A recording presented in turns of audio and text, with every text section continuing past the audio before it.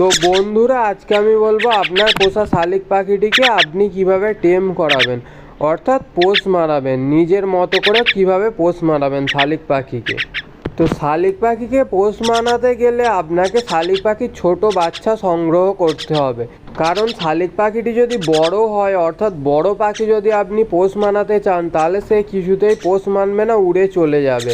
আর যদি ডানা কেটে রেখে দেন তবুও সে পোষ মানবে না। অর্থাৎ বাচ্চা পাখি আপনাকে সংগ্রহ করে তাকে ধীরে ধীরে বড় করতে হবে।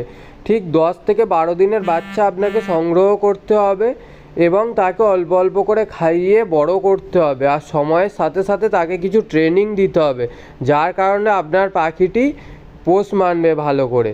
আর শালিক পাখির বাচ্চা সংগ্রহ করার পর 10 থেকে 12 দিন বা তার কম বেশি বাচ্চা বাড়িতে নিয়ে আসার পর শালিক পাখির বাচ্চাকে হ্যান্ড ফিড করে খাওয়াতে হবে, কারণ তখন তারা নিজে থেকে তো খেতে পারবে না।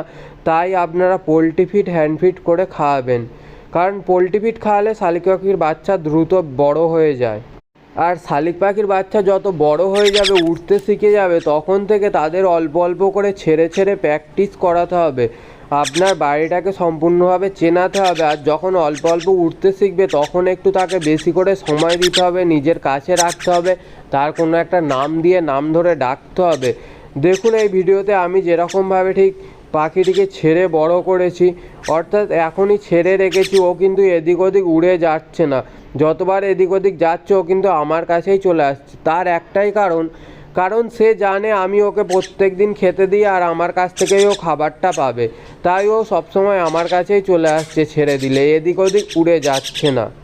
আর শালিক পাখির বাচ্চার প্রথম ডানা বেরোনোর পর প্রথম কদিন এদিক ওদিক উড়ে চলে যাবে। আপনাকে খুব ভালোভাবে লক্ষ্য রাখতে হবে পাখিটা কোন দিকে যাচ্ছে, তারপর তাকে ধরে আনতে হবে অথবা ডেকে ডেকে আপনার কাছে আনতে হবে। আর প্রথম কদিন ওরা শিখে যাওয়ার পর এদিক ওদিক ও আর পালিয়ে যাবে না, তখন সম্পূর্ণভাবে আপনার ঘর চিনে যাবে এবং আপনাকে চিনে যাবে।